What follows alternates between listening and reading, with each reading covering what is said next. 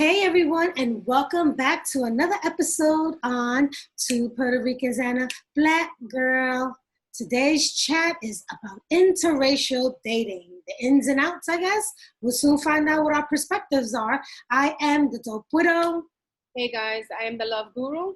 Hey guys, and I am Mimi, the Lifestyler, and welcome to this episode, our second episode in this new season. Yay! How's everybody doing? Good, happy Sunday. Happy Sunday. So, Yeah. I'm sorry. I'm having a little makeup issue, so if I look like a geisha, bear with me. It's all good. You look beautiful. So, interracial dating, ladies. What says you? That's enough said. We don't even have to go into a big old.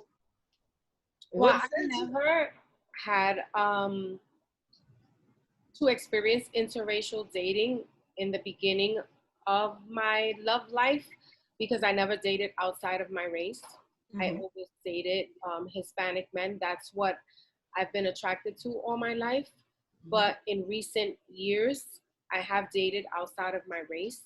And it's one thing I can say, it's made me more aware of the worldly issues that interracial dating goes through because like I said, I never had to experience that.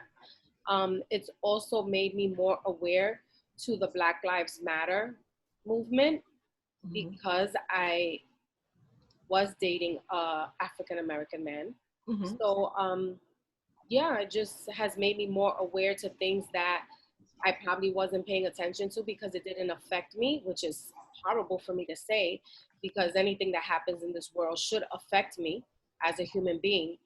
But yeah, I wasn't affected by it, so I guess I wasn't really paying attention to it. But because I was dating a Black guy, yeah, it made me more aware of, the worldly issues. Yeah, I can understand that perspective on it, that it made you more conscious. That's just like Black mothers, they're always conscious of, because you've never been exposed to that. That's why I say ignorance is bliss, because when people say they don't like something because you got to get to know this particular group. But I digress from that because I'm about to give up the subject. Interracial dating.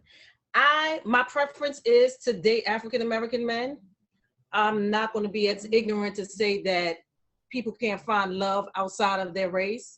But for me, my preference is to date African-American men because I just feel comfortable with them, and we share a common thread.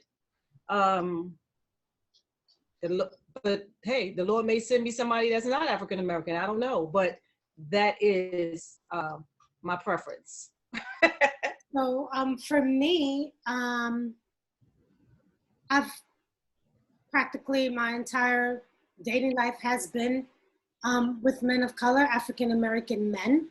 But for me, I look at it differently. I don't look at that like dating outside of race when it comes to African American men and Hispanic women, because I think that for us, because our background is African, like my cousin had put it so simple for me, because he's of a darker pigmentation and people often mistake him, as they do me, of not being Hispanic, right? And so he broke it down to me. He was like, look, the only difference, he tells people, the only difference between someone who might be considered African American and someone who might be called Puerto Rican, since I'm Puerto Rican, that's what I'm going to speak on, is where we were dropped off at. Right. We all came from Africa. Somebody was dropped off as Jamestown, and maybe half of my ancestry was dropped off in a Borinque. So when it comes to dating African American men, for me, I don't look at it differently. I look at cultural differences, but not as an interracial dating, because we are so similar in so many ways. Now, outside of my race, because I'm considered to be have African blood, right? Because if you look at me, so outside of my race, I've never entertained Not that I'm close to it, but only because men who normally, the kind of men that are attracted to me are men of color. And so I never really had the opportunity to date outside. I mean, I was once asked by someone who's Asian and stuff like that. I never really had to step outside, but I'm not close. I've never been close to it. It's just that my circle of friends have always been African American. So the men who've always found me interesting were African American. And since I'm not like a prowler or a hunter, I don't go out and seek my men. Whoever finds me cool, then I'm a vibe with you. Let me see if we have a vibe. Let's talk a little bit. And if we gel, we gel. They just always happen to be of men of color for me. Right. But I mean, that was a great point. I always said that. I mean, I know I've said that so many times. Like, we all come from the same place as far as the Latin, you know, the boat dropped you off here. And the boat dropped us off with here. the Caribbean Hispanics, not like Spaniards. Right. Like Exactly. Yes. Hispanics. Yeah.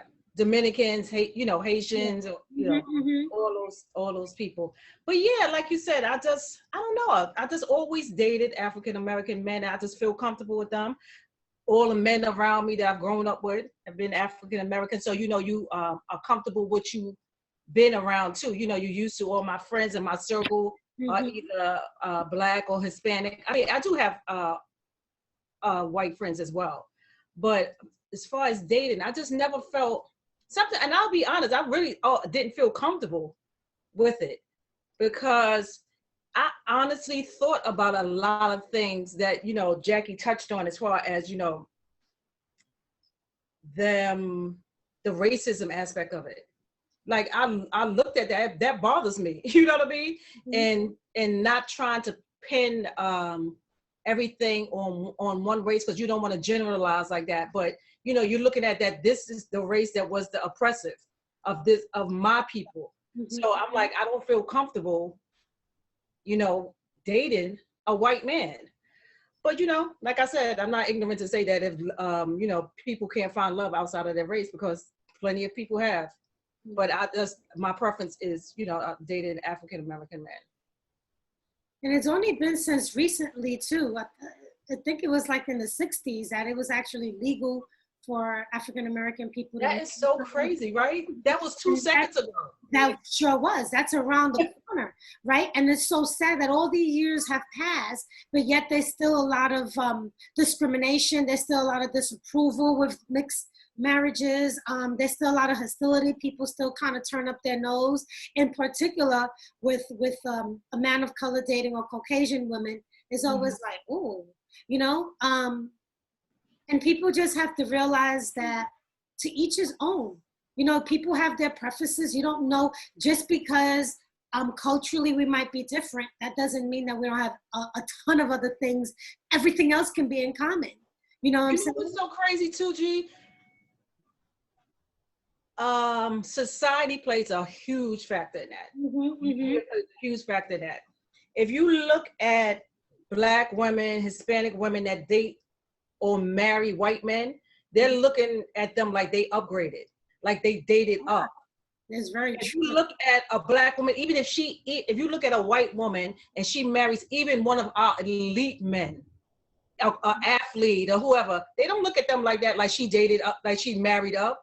You know what I'm saying? So it's that perception that's always put out there, as well as that, you know, that this is good and this is bad. So when that's infiltrated to people all the time, you become conditioned to that shit, you know? You do. Yeah. This is so sad.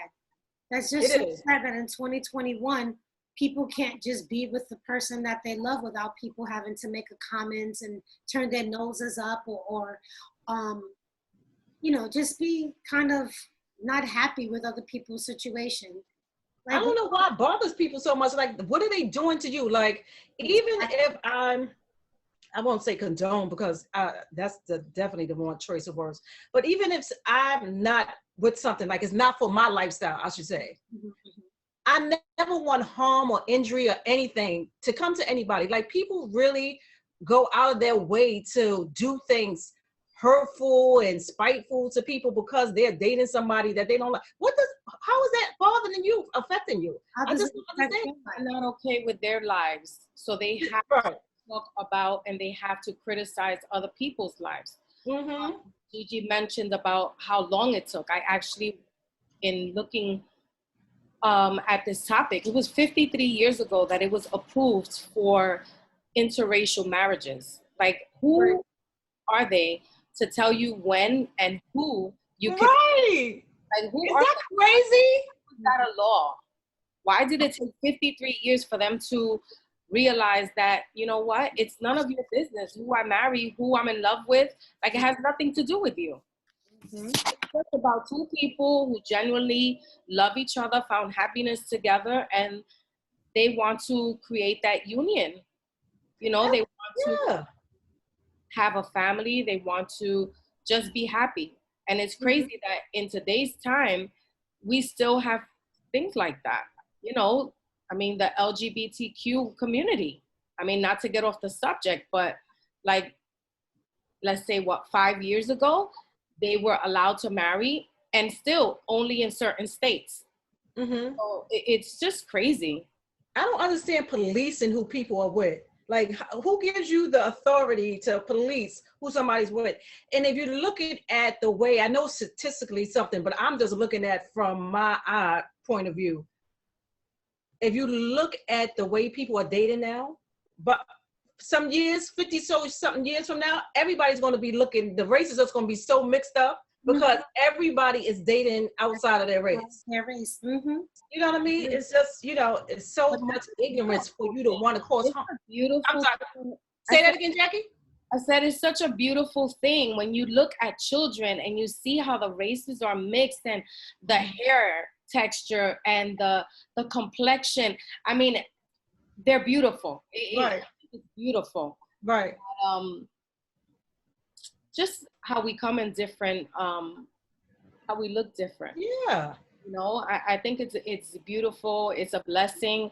I think the hardest part about interracial dating and interracial marriage, if I can take it to marriage, is how you raise your children and how now you have to speak to your children and protect them from this nasty world that we live in, from the people who are judgmental, from the bullies when they go to school. So I think the biggest part is not for adults in their dating per se or their marriage, but it's about your children and how you protect your children from the world that we live in today and how you have to explain, you know, these things. Why should you have to explain about? That's because the kids are coming from homes with adults who's acting stupid.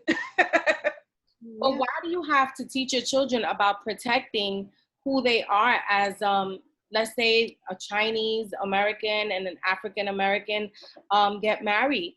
You know, why do you have to teach them about protecting themselves and their culture against these people who don't understand? And I think that's basically the bottom line. When you don't understand something, you tend to be critical of it. And if people would gain some knowledge on all races, not just interracial dating or marriage, but just all races and where we come from. And, you know, I think they would be a little bit more inclined to speak positively instead of speaking negatively. It's just about knowledge, gaining knowledge. Yeah, I mean, that, you know, that saying is cliche, but it's true. Knowledge is power. But some people don't want the knowledge because they don't want to change. They want to keep that ignorant factor. Until what you were saying with the kids, like the kids go to school and they act ridiculous like that, it's because they're being taught that at home. So it's now still you have to train adults to get out of, you know, that ignorant state of mind that they have, that, you know, this way is right and that these people are bad because of this and this and that. And you don't know anything about this culture at all. And you just generalize it. And I bring it back to the world that we live in. Unfortunately, they only focus on the bad. You know, nobody wants to see a black man who's going to school, picking up his child and, you know, taking her to after school, doing her hair in the morning, all that. That's too good. That's too yummy. Nobody wants to see that on the news. They want to see this black man running around, smacking the shit out of women, or, you know, not being a father to his children. They want to, that's popcorn worthy right there.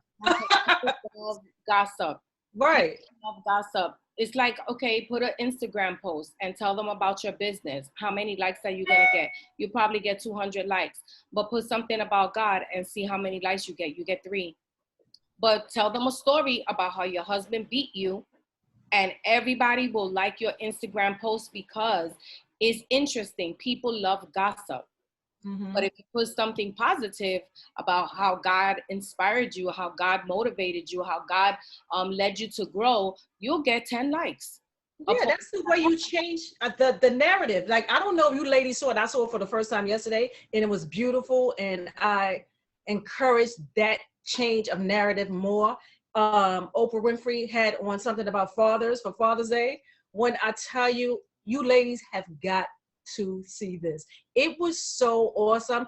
And that type of commentary and narrative is going to change the way people see things. You got to push that out more and not showing people doing robbing stores, talking down a woman, smacking them, you know, doing all kind of negative things. Like, if we continue to push that, then the narrative will change. But we can make the narrative change if we want to. And it starts from home. And Jackie had mentioned how, you know, kids have to kind of defend who they are. And I think it's a natural thing. And again, I don't separate African American from Hispanic, so I'm looking at anyone outside of these 2 races that you might be dating. Again, culturally, there are some cultural differences, but there's so much more similar than any other culture. Even if it's some cultural difference, you may say a yuca and we say, you know, a potato. You know, it's the same damn thing. Yeah. So just culturally, some different things there. Yeah. But I think that some of the kids, they might struggle, obviously, with identity, because if you have, if you're married and you have children, some kids might gravitate to one race, and the other children might gravitate to the other race. You know, I think that that's normal. I know that was probably struggles that some children might face with their identity. And some might feel, okay, I have a little bit of this, a little bit of that. You know, I guess, and I also think, unfortunately, I think it also goes to the physicality of it all. Yeah. And how people perceive you and how people treat you. Yeah. That might be the identity, the ethnic identity that you decide to navigate to, which is so sad. And I know in years passing, and years ago with the whole mulatto, you know, they would try to go for being more Caucasian, just because it was more socially acceptable, not really letting go of their roots, but because, you know, if it's easier for me to identify with white, and it's easier for, and the way people treat me is a lot different, right? I'm gonna flow with this ethnic group, you know? A lot of times it's like you just mentioned, the way you physically look. So let's say, you know, you're, like I said, I chose Asian and African American got married, but you tend to look more like your Asian side. Your eyes are a little bit more slanted. Your skin color is a little bit lighter. You tend to gravitate to the side where you're more accepted for, probably would be your Asian side. And so then a little bit of your African American side gets neglected. So maybe in school, you would gravitate more to that group, you know, to that Asian group. And then that's how the separation happens, you know? So yeah, a lot of times it's about, you know, the way you physically look. And it tends to gravitate to that side. Or you say a lot, I've heard even my friends who are mixed, they say, oh, I feel more connected to my Russian side, you know, and they could be Italian and Russian, but because that's what they look like, they look a little bit more Russian, and, you know, they feel more connected to that side of the family, they neglect their other side. For sure. But when you were speaking about mulatto, you know, unfortunately back then, you tried to conform to looking more Caucasian because of life. You Exactly. wanted to survive. You know what I Exactly. mean? If you were a white woman, you know, speaking of a mulatto black woman, you got perks. You were able to gain employment. You were able to move ahead in the world. As a black woman, you weren't able to do that. So I understand the sacrifice that they made for that, because that was a sacrifice to have to deny your mother, Mm-hmm. you know, whoever was, you know, your black side of your family, you know, that hurt them. Mm-hmm. Some people, you know, some people that's totally disconnected, but a lot of them, that really hurt them as a person to have to deny that side of their family. So, you know, that was a survival tactic, you know, for some, you know, for some of them. So I totally understand that. It Yeah. sure was. And it also depends on who you're being raised with, raised Right. by, because you may not, you might be biracial, but might be raised by one side. Mm-hmm. You might be raised by the African American side, but you might be fair skinned. It all depends on your dominant and recessive Yeah. traits. You know what I mean? And Yeah. so then kids are like, well, why are you acting black? What is acting black? Well, what do you Right. mean by that? You know, my Right. mom is African American. Or if you're raised on the Caucasian side and your dad is African American, but your hair is kinky, and then, you know, you kids make fun of you because of that. So there's a lot, but I think it really just stems from home. I think that It if we does. really just feed our children and uplift them and let them know that they're beautiful despite of, and who cares what society, we have to let our kids know, listen, this is what you're going to be faced with, so that they're not just thrusted and it's like a shock. Oh my God. We have to kind of talk to them since from when they're little, when they can understand, so that they are happy with both identities and not have to choose, Mm-hmm. you know, and be happy with both. Yeah. Yeah. I think that's a big thing. I think that we as parents, we need to be confident in our upbringing skills of our children. And I think we need to speak to them with the truth, because they're only going to get the truth from us. Out there, you know, the cliche is that it's a dog eat dog world out there. You know, it's not a loving world out there. I mean, Right. we see it firsthand, you know, and some of us have experienced it. So when it comes to raising our children, I think we need to be as honest as possible, so that when they get out there, they know how to face these issues that they're going to come across, you know. And we hope and pray that they don't, you know, that you know, that the people that they encounter are godly people that only want good things for them. But we know the reality of this world. So I think in raising our children, we need to be as transparent as possible when we're talking to them about these issues. We have to give them the armor, so that when they do go out into the world, they're able to use that armor, and not for bad, but in order to protect and you know, keep themselves, you know who they are, and not need that acceptance or validation from the outside world. But you know what? Mom knows who I am. Mom loves me as who I am. Dad loves me as who I am. I don't need these people to love me as who I am, because I love me as Right. I am, you know? Yeah. You know, we play a huge role in making sure our children are fully accepted. And I always say it begins at home. I mean, I agree.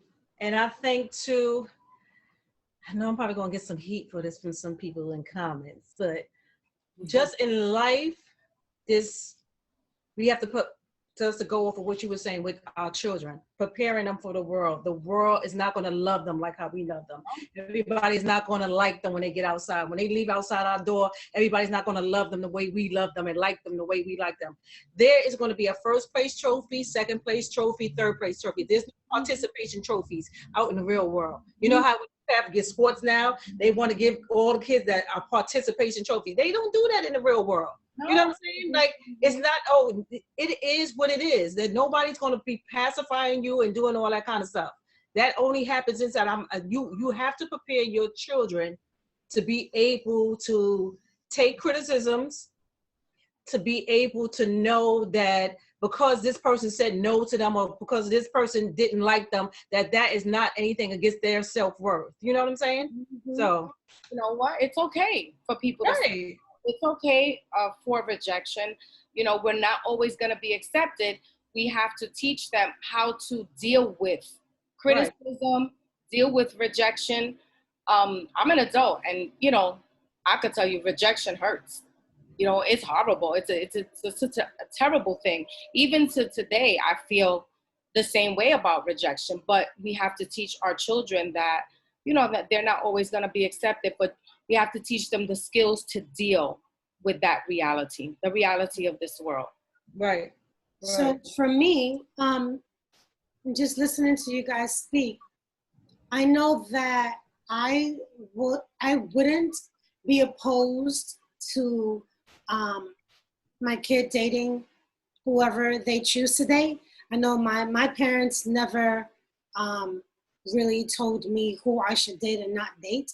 I've had family members who would say, and I've said this before, Clara la raza, just date a lighter skin Puerto Rican or someone of lighter skin so that your kids could be light.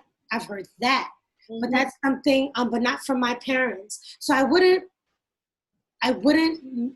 enforce those old school ideologies on my kid. Yeah. For me, I'm more of the religion. Like, I want you to be equally yoked. So it's like, at least give me that. Other than that, you can date whoever you want to date. Like, I don't really care. Do you guys have that same sentiment, or do you rather them date within their? I have the same sentiment, but I would rather, if I'm 100% honest, but if the person who she's with is not Black and they treat her like a queen, they respect her, they fear the Lord, like what parent doesn't want that? I've been praying for that since she was in my womb. Mm-hmm. So I'm not going to say if that comes in a package that's white, that, like, that's ridiculous. I know. Yeah, so. Well, I definitely am open to it. Both my girls are gay, so it doesn't matter to me as long as they treat my girls with respect and like princesses. I don't care who they date. They can date outside of their race. They're not with men, so it doesn't bother me as long as they're respected and they're treated with love and they're treated with kindness. And they do the same, because I brought them up to do the same, to treat people with respect, to treat people with kindness and love. It doesn't matter to me. Okay. Mm-hmm. So I'm open. You were getting ready to say something, Gigi? No. I was just commenting. Oh, okay. Yeah. I think we all have some of the same sentiments, little differences here and there, but at the end of the day, I think it's just all about respect and respecting what people want to do with their lives. And if their life doesn't reflect what you want it to be, just leave them alone. Like, they're not bringing no harm to you. Leave people alone. Like, it's like, if you can't say anything nice, don't say anything at all. That's right. Keep quiet. Right. Like, why do you want to be so hurtful and so mean and make people feel less than who they are, or that, that their relationship isn't of value because it is not up to par with what you think? Right. I just think people need to keep their opinions to themselves and just be respectful of one another. We have enough with the strangers in the world than for everyone else to just continue to come on and, speak negatively about each other and relationships. Listen, we just need to let love be. I agree. Doesn't matter how God sends it to you. You're going to deny your love because you're fixated on a particular shade, a particular look, a particular build, a particular, Right. Kind of be open. And I think that once you reach a certain age, you kind of, let go of a few things. And again, we all have our preference, right? But that doesn't mean that we're going to be closed to what else maybe God has for us, I love this dialogue, ladies. This was good. This was good. This was a good episode. Yeah. So, till the next time on. I can't get over my shoulder pads, guys.